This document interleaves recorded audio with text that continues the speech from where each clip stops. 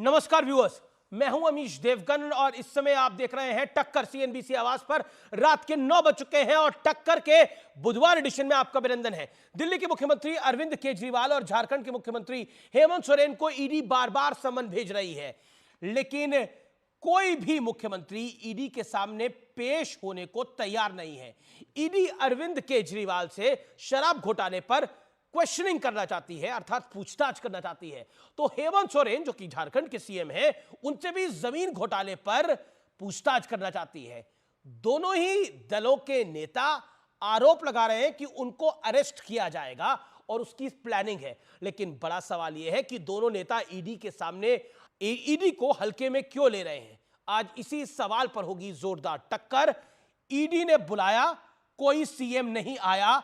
आज सीएनबीसी आवाज की टक्कर का एडिशन इसी विषय पर व्यूअर्स।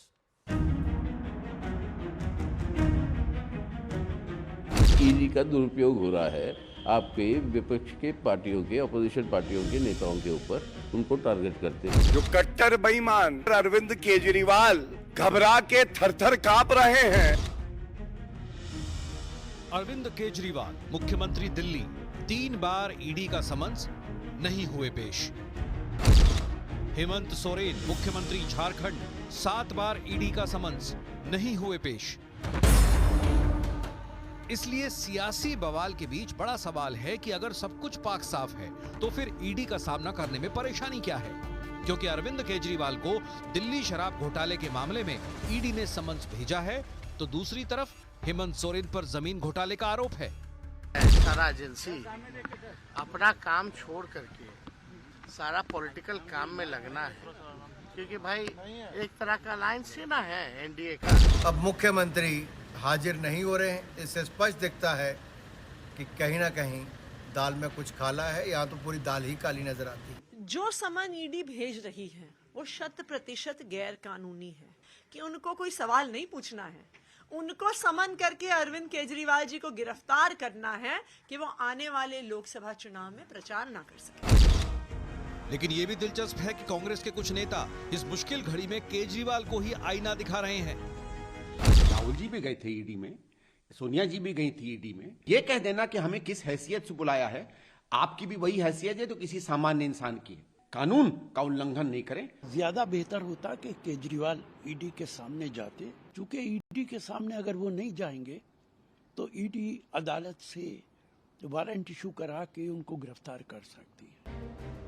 तो आज बड़ा सवाल है कि क्या विपक्षी दल जांच में सहयोग करने की बजाय पॉलिटिकल विक्टिम कार्ड खेलने पर जोर दे रहे हैं। आज इसी सवाल पर होगी देश की सबसे बड़ी बहस। ईडी ने बुलाया, गठबंधन घबराया। और अब वक्त है प्रसिद्ध विश्लेषण का। ईडी के नाम पर बेचैन विपक्ष का विश्लेषण। खतरा नंबर 1, आपको अरविंद केजरीवाल की गिरफ्तारी का डर सता रहा है। खतरा नंबर 2, केजरीवाल अगर फंसे तो आपका अस्तित्व संकट में आएगा। मामला पाक साफ है तो सिसोदिया और संजय सिंह जेल में नहीं होते। बढ़ता हूं मैं आगे। खतरा नंबर 3, केजरीवाल फंसे तो आम आदमी पार्टी का अस्तित्व, जैसे मैंने बताया, संकट में आ जाएगा। खतरा नंबर 4, अगर केजरीवाल जेल गए तो ईमानदारी वाला नैरेटिव ध्वस्त हो जाएगा। बढ़ता हूं मैं आगे। खतरा नंबर 5, 7 बार सम्मन की अनदेखी से हेमंत सोरेन पर गिरफ्तारी की तलवार अब लटक रही है। एक्सपर्ट्स का मामला है कि हेमंत सोरेन के लिए दिक्कतें बढ़ती जा रही है, क्योंकि ईडी पूछताछ के लिए बुला रहा है। अगर सोरेन बाबू ने कुछ नहीं किया तो चले जाए पूछताछ के लिए, क्या हर्ज है। लेकिन ये डर रहे हैं पूछताछ में जाने के लिए, क्योंकि इनको लगता है कि ईडी गिरफ्तार कर लेगी। बढ़ता हूं मैं आगे। खतरा नंबर 6, हेमंत सोरेन अगर अरेस्ट हुए तो राजनीति में सोरेन परिवार की हैसियत घटेगी। हालांकि हेमंत सोरेन अपनी धर्मपत्नी कल्पना सोरेन को मुख्यमंत्री बनाने का दांव चल सकते हैं, ऐसी जानकारी मिल रही है। यानी 1990 के दौर में जो लालू यादव ने राबड़ी यादव को पीएम बना के किया था, एग्जैक्टली हेमंत सोरेन वही करना चाहते हैं। इसीलिए पार्टी के नेताओं की बैठक, गठबंधन के साथ बैठक, तो हेमंत सोरेन फंसे हुए हैं। खतरा नंबर 7, दिल्ली, पंजाब, झारखंड में गठबंधन की उम्मीद पर पानी फिरने का भी एक बड़ा डर है। और कांग्रेस खुद कह रही है कि अरविंद केजरीवाल को जाना चाहिए, नहीं तो वारंट इशू हो जाएंगे कोर्ट से और गिरफ्तारी हो जाएगी। बढ़ता हूं मैं आगे और बड़े सवाल की तरफ में आता हूं। देश के 2 मुख्यमंत्रियों का भविष्य ईडी के अगले एक्शन पर टिका है। यह समय की बहुत बड़ी खबर भी है, सवाल भी है। सुधांशु त्रिवेदी मेरे साथ हैं, मेरे साथ अनुराग भदौरिया है, समाजवादी पार्टी के नेता, कुलदीप कुमार है, आम आदमी पार्टी के नेता विधायक, विवेक श्रीवास्तव है मेरे साथ, लेफ्ट के नेता जीएम शहीन है, जेडीयू के। बड़ा दिन है, बहुत बड़ी खबरों का दिन है और मेरे साथ कई बड़ी खबरें भी हैं आज मेरे पास।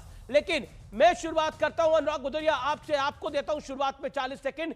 क्या आपको लगता है कि इन मुख्यमंत्रियों को पेश होना चाहिए? जैसे कांग्रेस कह रही है कि अरविंद केजरीवाल अगर 3 बार के संबंध पे नहीं जा रहे तो गिरफ्तारी फिर कोर्ट से हो जाएगी, इसलिए चले जाएंगे तो बेहतर है। आपकी सलाह क्या है? मुझे लगता है कि भारतीय जनता पार्टी को इस समय राजनीति नहीं करनी चाहिए, एजेंसियों का दुरुपयोग नहीं करना चाहिए। क्या बात है कि सारे विपक्ष के नेताओं पे ही ईडी सीबीआई हो रही है, सत्ता पक्ष के नेताओं पे क्यों नहीं हो रही है? हमेशा वही दिक्कत क्यों खोजते हैं जहां पे विपक्ष की इंडिया गठबंधन की सरकार है?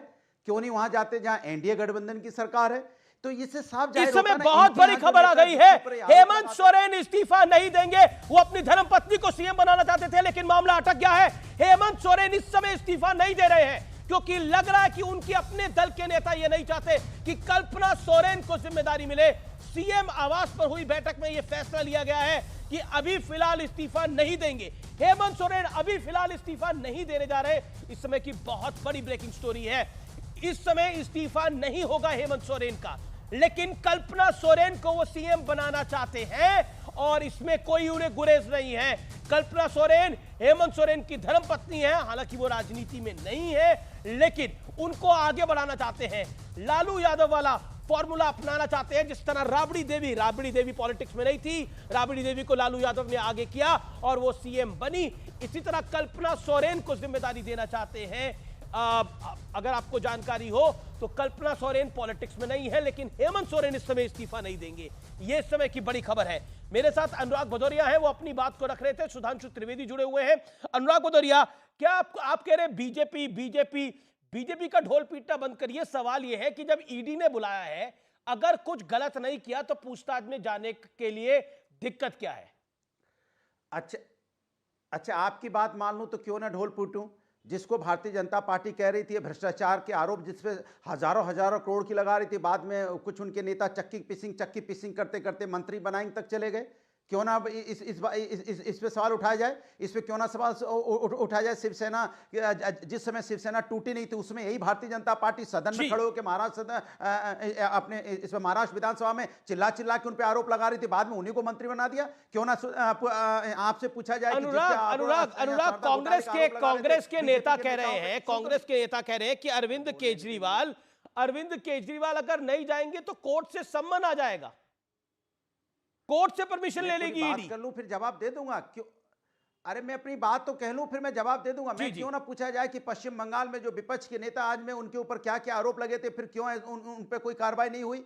ना जाने इतने कितने नेताओं की फेवरिस्ट है आपके पास में, आप भी जानते हो सकता है आप नाम ना लो, लेकिन आप भी जानते हो जिन पे गंभीर आरोप लगाती थी भारतीय जनता पार्टी, आज उनको अपनी पार्टी में ले लिया है तो वो पाक साफ हो गए। तो सवाल यहां ये उठता है कि क्यों आप सिर्फ आप ये काम ऐसा क्यों करते हो कि जो आपके दल में आ जाता है उस पर इंक्वायरी बंद हो जाती है, उस पर इंक्वायरी नहीं चलती है, नाम मात्र के लिए चलती रहती है, बट आप पूरी तरह से इंक्वायरी ठप कर देते हैं। ठीक है, यू मेड योर पॉइंट, सत्ता में लेकिन आपने मेरे सवाल का जवाब नहीं दिया। इसका मतलब अनुराग, मेरा स्पष्ट सवाल था, क्या ईडी के बुलावे पे नहीं जाना चाहिए? एजेंसी बुलाए, एक बारी आप नहीं गए, 2 बारी नहीं गए, 3 बारी नहीं गए, एक मुख्यमंत्री तो 7 बारी नहीं गया। देखिए, मेरा सीधा सा जवाब है कि कोई भी व्यक्ति, कोई भी मुख्यमंत्री इस चीज को भली बात समझता है कि उसे क्या करना क्या नहीं करना, वो अपनी कानूनी हिसाब से अपना स्टेप ले रहे होंगे। बात वो नहीं है, बात यह है कि भारतीय जनता पार्टी नहीं, तो अगर पूछताछ के लिए कोई बुलाए और कोई ना जाए, एक बारी नहीं गया, समझ के आ गया बिजी है भाई सीएम है, दूसरी बारी नहीं गया, तीसरी बारी नहीं गया, चलिए अरविंद जी 3 बारी नहीं गए, झारखंड के मुख्यमंत्री 7 बारी नहीं गए, ये पब्लिक के भी गले से उतरेगी नहीं बात, जिस पब्लिक से आपको वोट भी चाहिए? ये बड़ा सवाल है। मेरे साथ सुधांशु त्रिवेदी भी है, मैं सुधांशु त्रिवेदी भी है, उनका भी रुख करता हूं। सुधांशु त्रिवेदी, आपके एक नेता अनुराग ठाकुर है, केंद्र में मंत्री हैं, वो कहते हैं पूरी की पूरी दाल काली है, दाल में काला भी है और पूरी की पूरी दाल भी काली है। लेकिन 7 बार ईडी की पूछताछ के बाद हेमंत सोरेन नहीं गए और 3 बार की सम्मन के बाद अरविंद केजरीवाल जी नहीं गए। तो आप लोगों का इरादा क्या है? ये दोनों मुख्यमंत्रियों की पार्टी कह रही है गिरफ्तार करेंगे, ये लोग गिरफ्तार करेंगे, इतना क्यों डरा दिया है आपने? देखिए, वास्तविकता यह है कि जब दिल के अंदर चोर होता है, मतलब शब्दशः ना लिया जाए, दिल के अंदर जब चोर होता है तो व्यक्ति घबराता है। अगर अनुराग जी ने कहा है दाल काली है, तो मैं बताना चाहता हूं दाल कब से काली है। और ये मैं आरोप नहीं गिना रहा हूं, भारत के इतिहास में एकमात्र केस है जिसमें सर्वोच्च न्यायालय में भी यह साबित हुआ कि रिश्वत ली गई थी। दर्शकों को याद दिलाना चाहता हूं, झारखंड मुक्ति मोर्चा रिश्वत कांड 1994, नरसिम्हा राव की कांग्रेस सरकार को झारखंड मुक्ति मोर्चा के 3 सांसदों ने 1-1 करोड़ रुपए लेकर उस समय वोट दिया और वो पैसा भी उन्होंने अपने बैंक अकाउंट में जमा किया था। वो बात बिल्कुल साबित हो गई। तो ये सर्वोच्च न्यायालय से घोषित दाल काली वाले 30 साल पुराने जमाने हैं भाई साहब। तब भाजपा सत्ता में नहीं थी और मोदी जी और अमित शाह जी का कोई नामो निशान नहीं था भारतीय राजनीति में। यद्यपि मोदी जी उस समय राष्ट्रीय सचिव बन चुके थे, बस उतना ही था। तो मान्यवर, ये बताइए ये कब से काहे बात का आरोप 2014 के बाद हमारे ऊपर ठीकरा फोड़ने लगते हैं? और आज भी दोनों साथ हैं, कांग्रेस और झारखंड मुक्ति मोर्चा का साथ साथ है गठबंधन। तो इसलिए मैं कह रहा हूं, और सबसे बड़ी बात, वो तो सबसे पुरानी पार्टी, अब ये नई नवेली अजब अलबेली पार्टी, जो कि ये कहते थे कि साहब ये तो आरोप लगते ही इस्तीफा दे देना चाहिए, जांच वांच तो बाद होनी चाहिए। आज कहते हैं कि 1-1 साल जेल में रहने के बाद, कोर्ट से बेल न मिलने के बाद हम कट्टर ईमानदार हैं, हमें भारत रत्न मिलना चाहिए, और जाने क्या क्या बोलने लगते हैं। अब विपश्यना से लेके और जाने क्या क्या करने के हुए बचने का प्रयास करते हैं। परंतु मेरा सिर्फ एक ही पंक्ति मैं कहना चाहूंगा, कोई लाख करे चतुराई, कर्म का लेख मिटे न रे भाई। तो जो कुछ इन्होंने भारत की जनता के साथ धोखा किया है, उस चीज का कहीं न कहीं इनको परिणाम कानूनी रूप से भुगतना पड़ेगा। मोदी जी की सरकार इसके लिए प्रतिबद्ध है। कुलदीप कुमार है, विधायक हैं, आम आदमी पार्टी के एमएलए हैं और प्रवक्ता भी हैं, और अरविंद केजरीवाल के साथ निरंतर काम कर रहे हैं। कुलदीप जी, एक मूलतः सवाल है जो कि देश की जनता के जनमानस के भी मन में है कि जब 3 बार की पूछताछ के लिए बुलाया गया तो 3 बार के बुलावे पे भी नहीं अरविंद केजरीवाल गए, तो शक पैदा होता है और बीजेपी इस पे सवाल खड़ा करती है। आप शक को, जो अगर बीजेपी सवाल खड़ा कर रही है और शक पब्लिक के मन में पैदा हो रहा है, तो ईडी की पूछताछ है तो चले ही जाइए, कुछ गलत तो करा नहीं है आपने, तो डर काहे का? केस खड़ा कहां होगा फिर?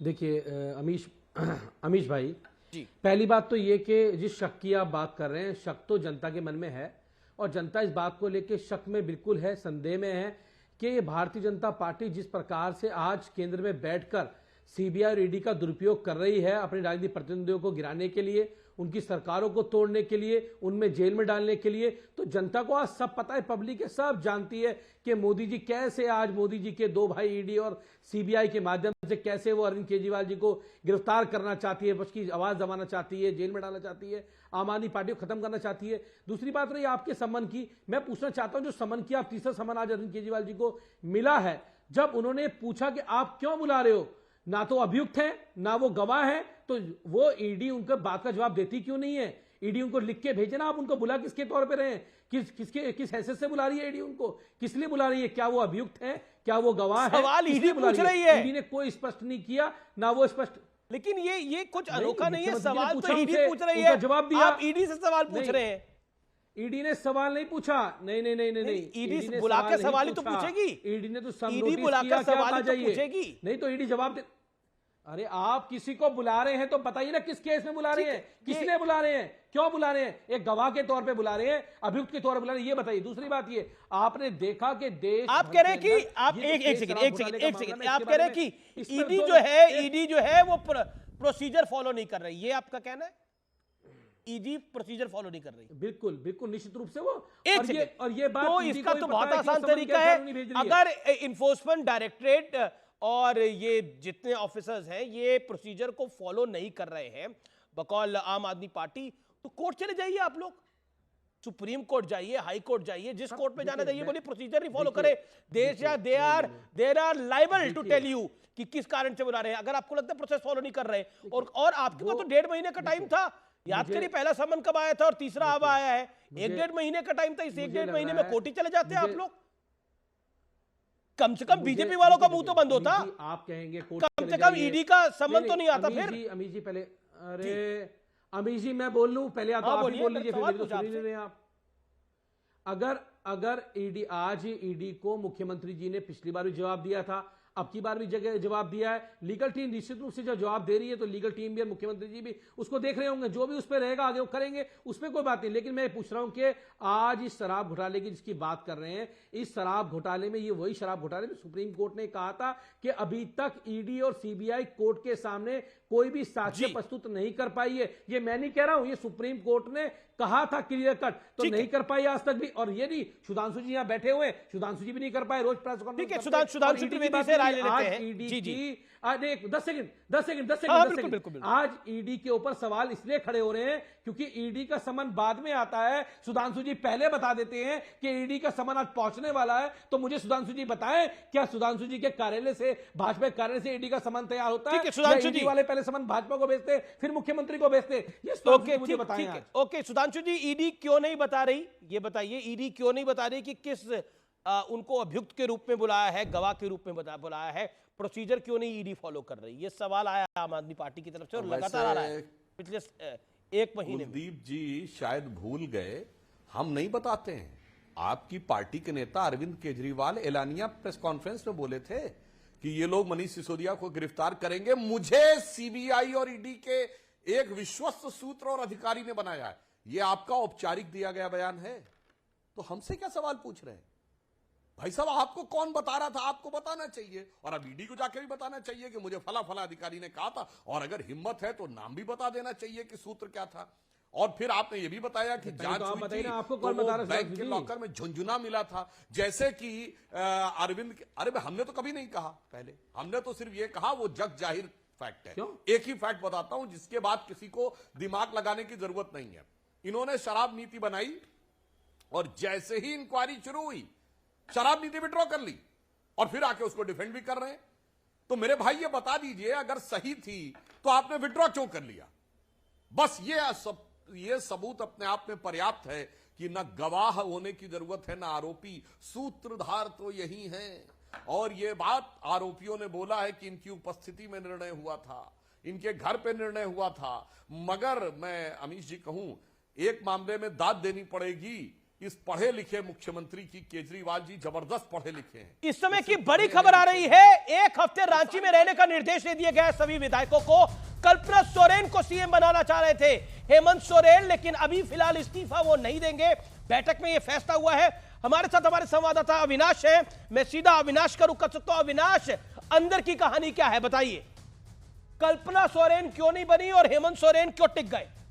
तो देखिए, आपने सही कहा। अभी विधायकों को, जो सत्ताधारी दल के विधायक हैं, उन तमाम विधायकों को ये कहा गया है कि वो 1 सप्ताह तक रांची में ही जमे रहेंगे। और यहां तक कि जो कांग्रेस के विधायक हैं इरफान अंसारी ने सत्ताधारी दल के विधायकों को आमंत्रण भी दिया है कि आप, चूंकि मौसम जो है वो पिकनिक का है, नया साल है, तो आप सभी लोग जामताड़ा आ जाइए। जो अंदर की खबर आ रही है उसके मुताबिक इस वक्त ये निर्णय लिया गया है कि अंतिम समय तक हेमंत सोरेन ही बने रहेंगे। जैसा कि बाहर भी आने के बाद विधायकों ने कहा कि मुख्यमंत्री हेमंत सोरेन हैं, और कल्पना सोरेन भी रहेंगे। ईडी क्या कर रही है, नहीं कर रही है? कल्पना, अगर गिरफ्तारी होती है तो कल्पना सोरेन को आगे कर दिया जाएगा, इस पर सहमति हुई है कि नहीं हुई है?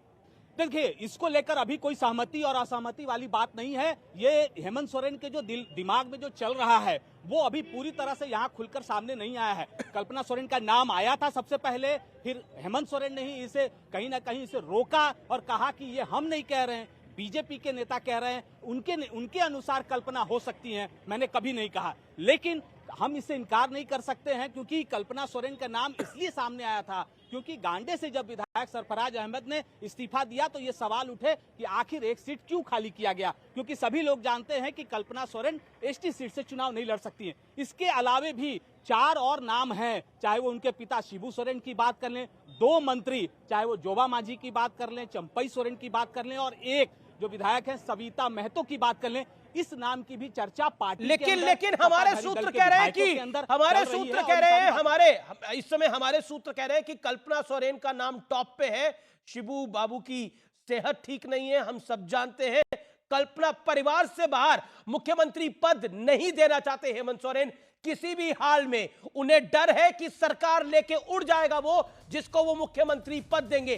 अंदर की कहानी ये है व्यूअर्स। यानी अगर हम देखें जो लालू प्रसाद यादव ने किया था राबड़ी यादव को आगे करके, राबड़ी देवी जी को आगे करके, वही काम हेमंत सोरेन करना चाहते हैं। लेकिन वो पैनिक बटन नहीं प्रेस करना चाहते, आराम से करना चाहते हैं।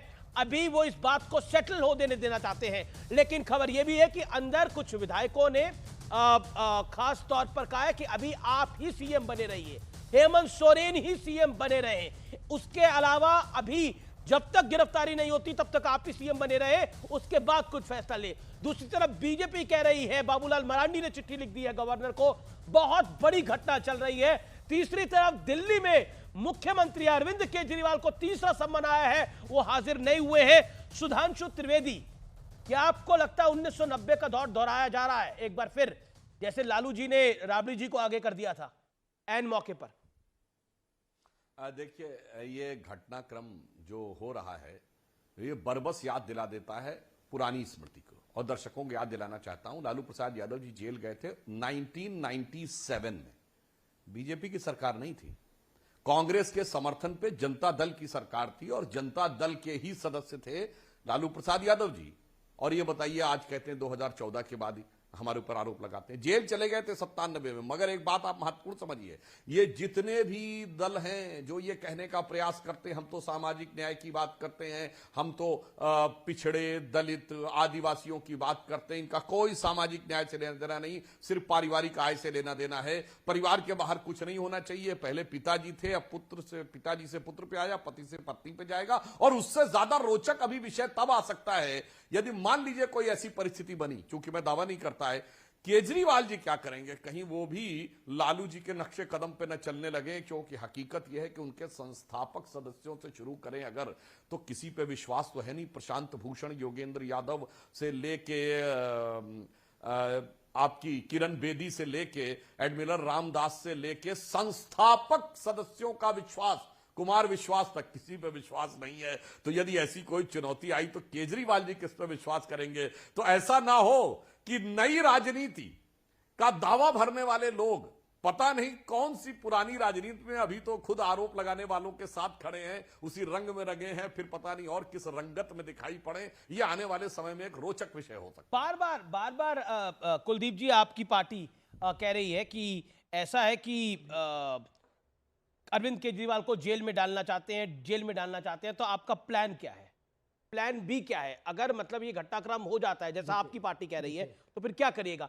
अब सुधांशु जी इशारा कर रहे हैं कि आप भी परिवार को आगे कर सकते हैं। देखिए, पहली बात तो ये, दिल्ली के लोगों ने अपने बेटे अरविंद केजरीवाल जी को वोट दिया है और अरविंद केजरीवाल जी ने दिल्ली के लोगों के लिए शिक्षा, स्वास्थ्य, बिजली, पानी, बुजुर्गों को तीर्थ यात्रा करवाने का काम किया। और दिल्ली के लोग चाहते हैं कि अरविंद केजरीवाल जी, अगर मोदी जी षड्यंत्र के तहत उनको जेल में डालते हैं तो अरविंद केजरीवाल जी दिल्ली के मुख्यमंत्री रहेंगे, दिल्ली की जेल से सरकार चलाएंगे, वहां से सारे दिल्ली के लोगों के लिए काम करेंगे, दिल्ली का काम रुकने देंगे। पहली बात तो ये स्पष्ट समझ लीजिए, दिल्ली के लोगों ने अपने सर्वे में ये बात कही है और दिल्ली के लोग ये चाहते हैं। और भाजपा को पता है, भाजपा को पता, अगले 50 साल भी वो कितने हथकंडे अपना ले, दिल्ली के अंदर भाजपा वाले सरकार नहीं बना पाएंगे। ये आपके चैनल पे कह रहा हूं अमित जी, मैं आज पूरी जिम्मेदारी के साथ। और दूसरी बात रही कि आज जो है पूरा घटनाक्रम चल रहा है, ये घटनाक्रम कोई आम बात नहीं है। ये इसलिए 50 साल की बात करें, 50 दिन का पता नहीं है आगे।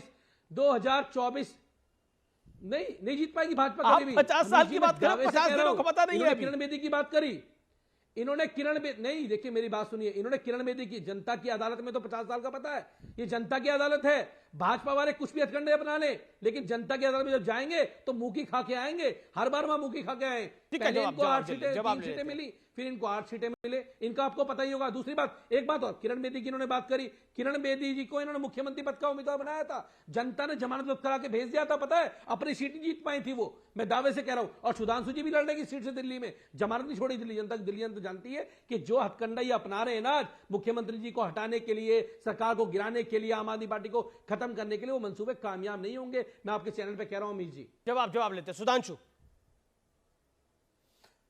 देखिए, 10 साल पुरानी पार्टी 50 साल आगे की बात करे, मतलब ना कल का पता ना पल का पता, और बात करे फिर बरसों की।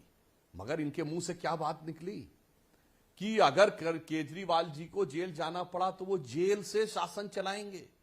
नई राजनीति का ऐसा विचित्र चेहरा ये सामने लाएंगे दर्शकों के लिए, और करोड़ों लोग जो इसको सुन रहे हैं उनके लिए एक नजीर है कि ये जो प्रयोग के नाम पे आपको नई नई आशाएं दिखा के जो लोग आते हैं, अब इस उभरते हुए शक्तिशाली भारत में प्रयोग की, एक्सपेरिमेंटल पॉलिटिक्स का नहीं, डिपेंडेबल पॉलिटिक्स का दौर है। और इन्होंने कहा कि हमेशा मुंह की खाई है।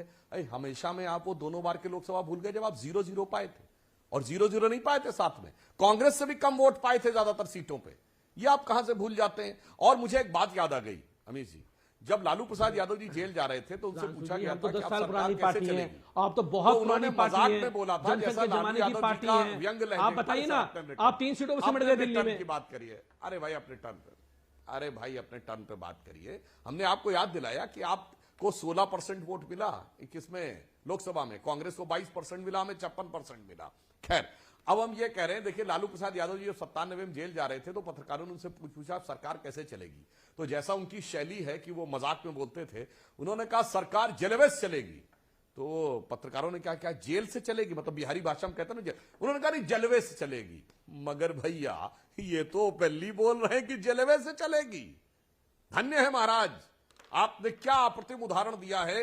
भारत की राजनीति में नई राजनीति का भ्रष्टाचार का आरोप लगाने वाले उन्हीं के साए में खड़े हुए हैं। अदालत से माफी मांगने के बाद कांग्रेस के नेताओं का भी मैंने रिएक्शन सुनाया। उन्होंने बोला जब तीसरे संबंध पे अरविंद केजरीवाल नहीं जा रहे तो ईडी तो कोर्ट चले जाएगी और फिर अरविंद केजरीवाल जी के लिए दिक्कत हो जाएगी। ये कांग्रेस के नेता कह रहे हैं, जवाब दीजिए इस बात का। इन्होंने कांग्रेस के नेताओं पे आपकी राय? 10 साल पुरानी पार्टी, हाँ 10 मिनट, इन्होंने कहा 10 साल पुरानी पार्टी, हम 10 साल पुरानी पार्टी है और 10 साल में हिंदुस्तान की सबसे तेजी से बढ़ने वाली पार्टी आम आदमी पार्टी है। 2 राज्य में हमारी सरकार है और निगम में हमारी सरकार है। गुजरात के अंदर मोदी और अमित शाह जी के गढ़ में 15 लाख लोगों ने हमें वोट दिया है। आपको पता है सुधांशु जी इस बात के बारे में। दूसरी बात ये, आप तो जनसंघ के जमाने की पार्टी है और दिल्ली में 3 सीटों पे आ गए और पंजाब के अंदर 73 सीटों चुनाव लड़े आप, 54 में जमानत जब्त करा के आ गए। तमिलनाडु केरल में आपकी बुरी हालत है। आज तक 1991 मैं जमानत जब्त पे नहीं बात करता, मैं इस समय जमानत पे बात करता हूं। एक सेकेंड, आपके कई नेताओं को जमानत नहीं मिली है इस पूरे मामले के अंदर। कांग्रेस के नेता कह रहे हैं कि राहुल जी, सोनिया जी भी तो गए थे ईडी में, लेकिन यह कह देना कि हमें किस हैसियत से बुलाया है, आपको भी वही हैसियत है जो किसी आम आदमी की है, सामान्य इंसान की है।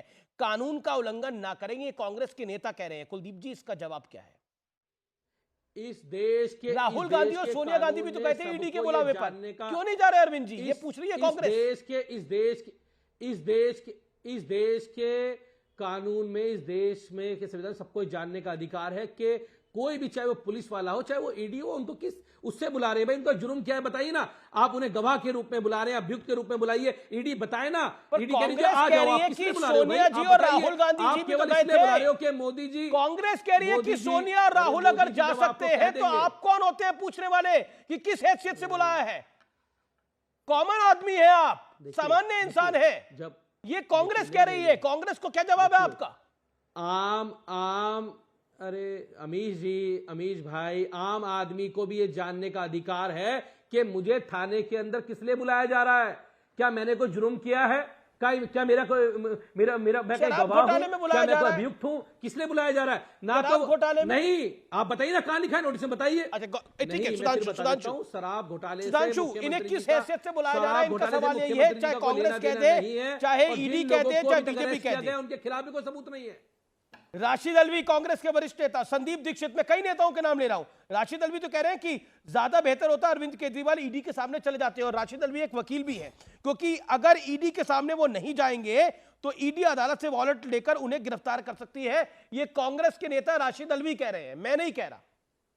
सुधांशु त्रिवेदी, देखिए, आम आदमी के नेता को कितना खास ट्रीटमेंट चाहिए ये इनके वक्तव्य से फिर साबित हो गया। सारा आम आदमी पार्टी का मुलम्मा उतर गया। जनाब, आप जाने से बच रहे हैं, क्या ये फैक्ट सामने नहीं है? तो पब्लिक डोमेन में है ना। क्या आरोपी ने नाम दिया है? आरोपी ने यह भी कहा है कि केजरीवाल जी के घर पे मीटिंग हुई थी और ये लोग थे जिसमें सारी बातें तय हुई थी, सारी चीजें उसके दिशा निर्देश पे हुई थी। ठीक है, आप अगर आपको लगता है कि प्रोसीजर गलत है, टेक्निकली आपको कोर्ट में जाना चाहिए, और फिर भी तो एलानिया कह दीजिए ना कि उस आरोपी से हमारा कोई मतलब नहीं था। ये तो पब्लिक डोमेन में आ चुका है ना कि वहां के मुख्य आरोपी ने केजरीवाल जी का नाम लिया, कहिए मेरा कोई कनेक्शन नहीं था, ये भी नहीं बोल रहे, और फिर कहिए कि हमारी पॉलिसी भी सही थी, नहीं वो भी हमने विड्रॉ कर लिया है। तो दिल में बैठे हैं जब आपके इस प्रकार के भय, तो ये साफ दिखाई पड़ता है कि वास्तविकता क्या है जनाब। इसलिए बस मैं एक ही लाइन पुनः कहता हूं, ये आम आदमी कितना खास ट्रीटमेंट चाहता साफ हो गया। ये तो सोनिया गांधी और राहुल गांधी से भी ठीक है। मैं विवेक श्रीवास्तव से एक लाइन ले लेता हूं। विवेक श्रीवास्तव, क्या आपको लगता है कि दोनों सीएम्स को जाना चाहिए या आपकी राय भिन्न है इस पे? नहीं, देखिए, as a leftist, as a communist, हम लोग करप्शन के हमेशा खिलाफ रहे हैं और पूंजीवादी ताकतों से लड़ाई हमारी चलती रही है, पूरे विश्व भर में ये है।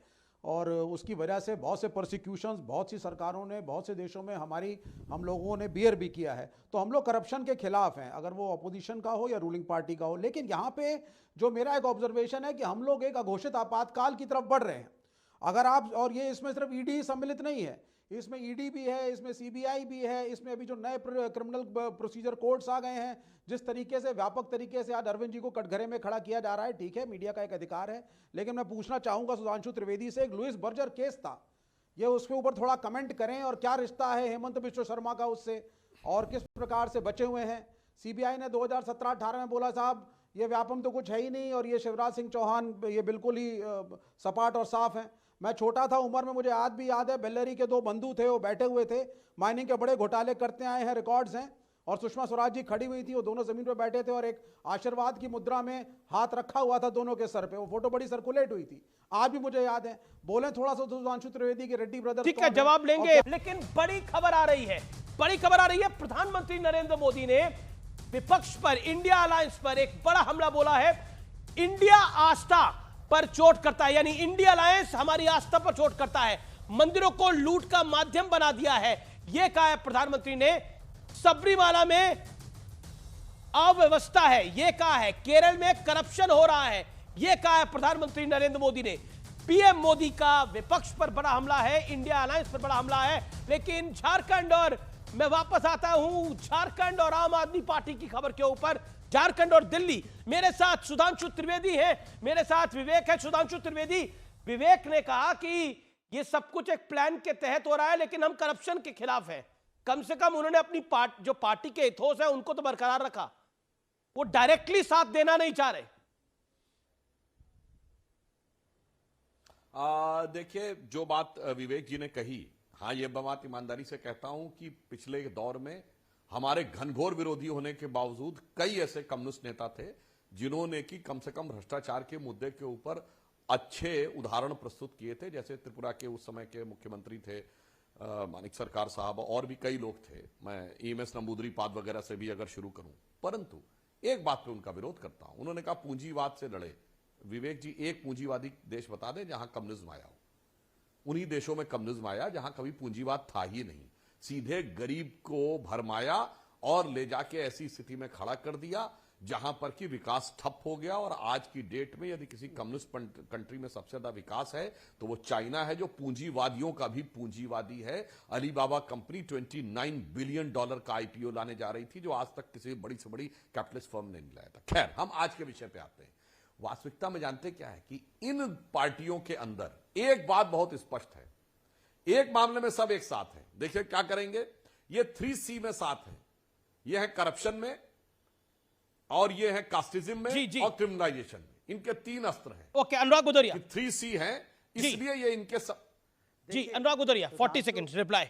सुधांशु जी, लेकिन अच्छी बात है, आज सुधांशु जी बहुत अच्छी बातें कर रहे हैं, अपनी पोल खुद खो रहे हैं। कहते हैं दाल में काला है, बिल्कुल दाल में काला नजर आता है। जब महाराष्ट्र, पश्चिम बंगाल, दूसरे राज्यों के जिन पे आप करप्शन का आरोप लगाते थे, जिन नेताओं को अपने दल में ले लिया, दाल में तो काला है, ये तो मानना पड़ेगा। और 3C तो आप पे ही लागू हो रहा है भैया। अगर शुरुआत करें हम बनारस की घटना से, तो आपके ही बीजेपी के IT सेल के जो लोग थे जिन्होंने किस तरह से हमारी बच्ची के साथ अन्याय किया, लेकिन आपका बुलडोजर नहीं गया। दाल में तो काला है, ये तो आप मानते हैं। जिस तरह से देश को असली मुद्दों से आप ध्यान भटकाने की बात कर रहे हो, ED CBI का दुरुपयोग कर रहे हो, दाल में तो काला है। पार्लियामेंट के अंदर में आप बिल पास कर देते हो और विपक्ष के नेताओं को बाहर कर देते हो, फिर बाद में जब स्ट्राइक करते हैं ट्रक यूनियन वाले, तो आप वापस लेने की भी बात करते हो। दाल में तो काला है, ये आप सही कह रहे हैं, दाल में तो काला है कि पार्लियामेंट में बिल पास करते हो, जनता के विपरीत जाके बिल पास करते हो, क्योंकि विपक्ष वहां मौजूद नहीं होता है, और बाद में जब जनता रोड पे आती है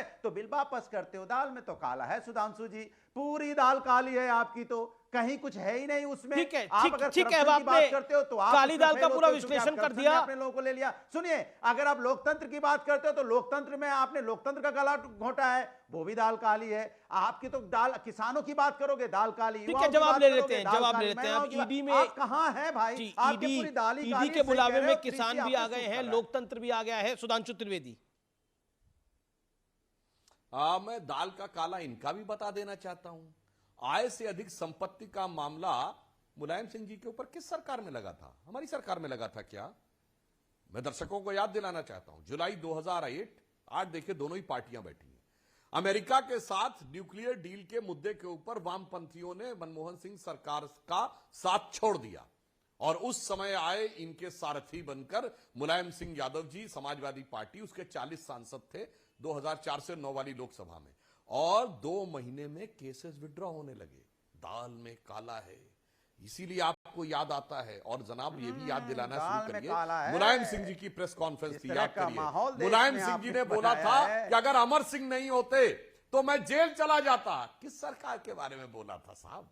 और अमर सिंह ने कौन सी चीज से बचा दिया था जिसकी वजह से जेल नहीं जा पाए थे? ये मुलायम सिंह जी का बयान मैंने कोट किया है। ये दोनों ही मैंने आपके सर्वोच्च नेता के कोट किए हैं, और आपके यहाँ तो दाल में काला है। जिन नेताओं को आपने अपने पास बुला लिया, जिनमें भ्रष्टाचार का आरोप लगाते थे, दाल में तो काला है।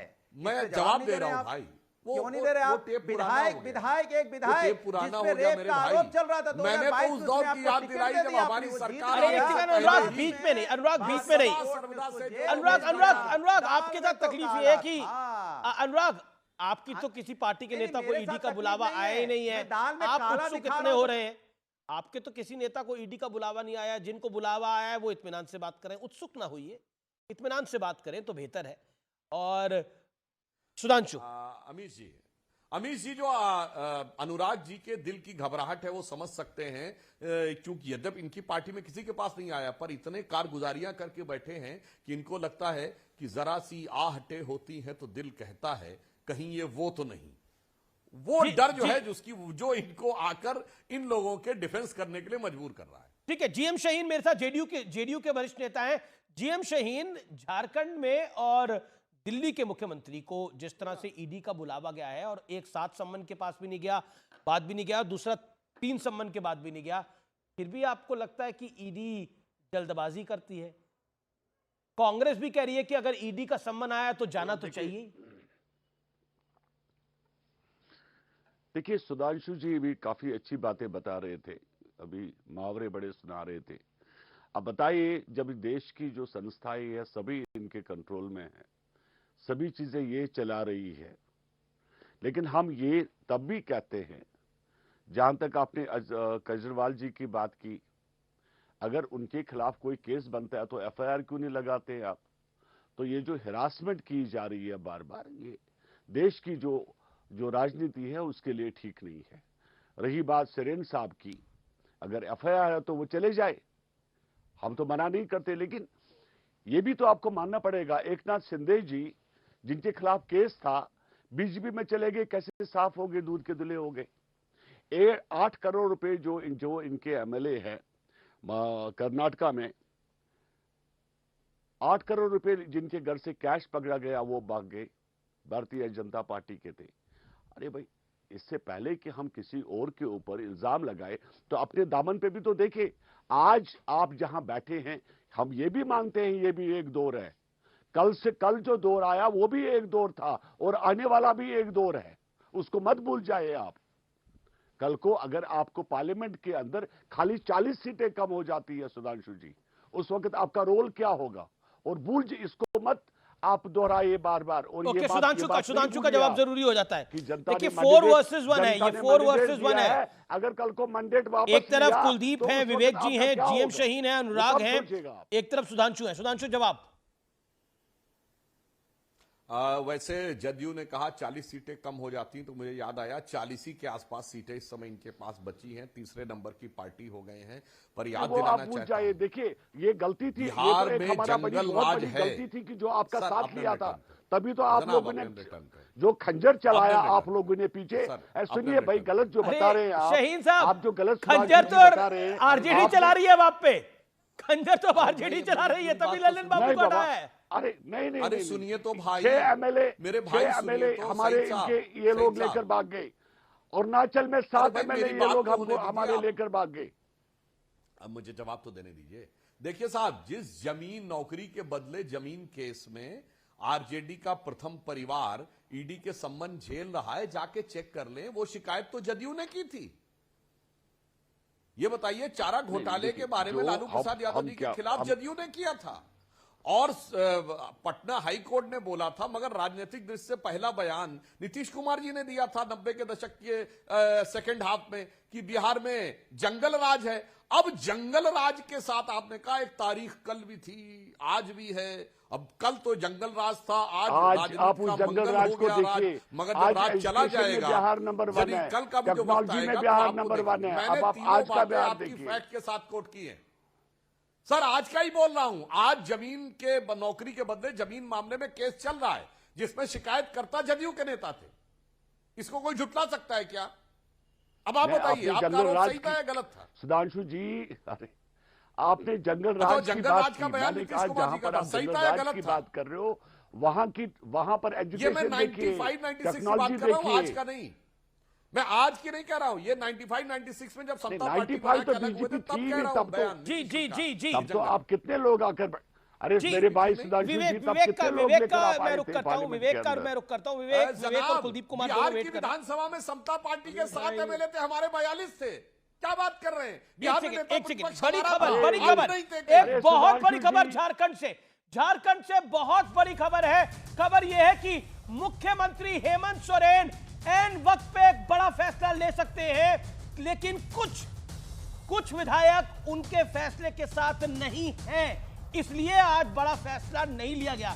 यानी कल्पना सोरेन को आगे बढ़ाने का फैसला आज नहीं लिया गया, यह एक बड़ा कारण था, इसलिए क्लैरिफिकेशन इशू करनी पड़ी। लेकिन एन वक्त पे बड़ा फैसला ले सकते हैं, लेकिन वो मुख्यमंत्री अपने परिवार में से ही किसी को बनाना चाहते हैं, किसी और के हाथ में गद्दी नहीं देना चाहते। मैं विवेक आपका रुख करता हूं, आप बार बार कहते हैं कि देखिए लोकतंत्र है, क्या ये लोकतंत्र है?